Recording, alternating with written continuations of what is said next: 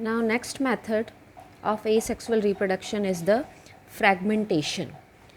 Now students, some multicellular organisms, they have simple body organization. These organisms are composed of random collection of the cells without differentiation of the specialized tissues and the organs.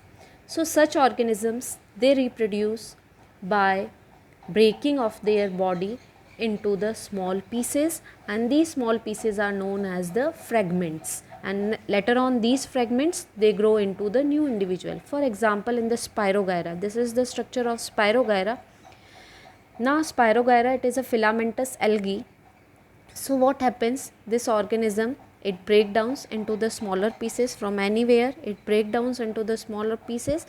Each piece, it is known as the fragment. Like this is a fragment, then this fragment will develop into the new Spirogyra. So its example is Spirogyra. Now next type is the regeneration.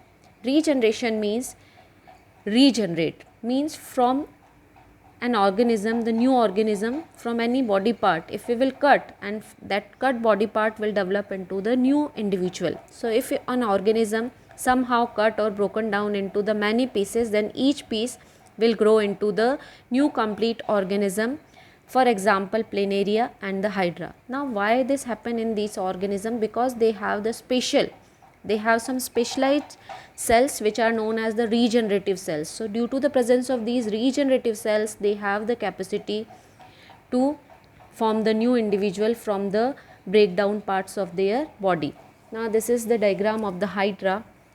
If we cut Hydra from anywhere, then each cut part will develop into the new individual. So that is how regeneration takes place. Now the next is the budding. Now in the budding, a bud or outgrowth is formed on the parent body. Suppose this also takes place in the Hydra. So this is the Hydra. Now a bud is formed on the parent body. Now due to repeated mitotic division, this bud enlarged. Now in this bud, due to repeated mitotic divisions, the size of the bud enlarged. At last it obtains its maximum size. Then this bud, it will get detached from the parent body and it will develop as a new individual. Examples are Hydra and the yeast.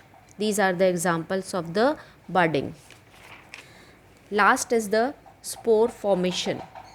Now spore formation, mostly this method takes place in the fungi. Now what are the spores? So spores are usually a single or several celled reproductive structure. When it detach from the parent body, it develop into the new individual. Right students? So spores, where they are produced, this is the structure of a fungi. Fungi structure is made up of the hyphae, thread like structures you can see. Now where the spores are produced? So spores are produced in this knob like structure which is known as the sporangium. Inside this sporangium, spores are produced, and this sporangium is attached on a stalk that is known as the sporangiophore. This is the structure of a fungi. So these spores, they are the small bulb like structures covered by thick walls. Now if you see, imagine single spore, it is like this.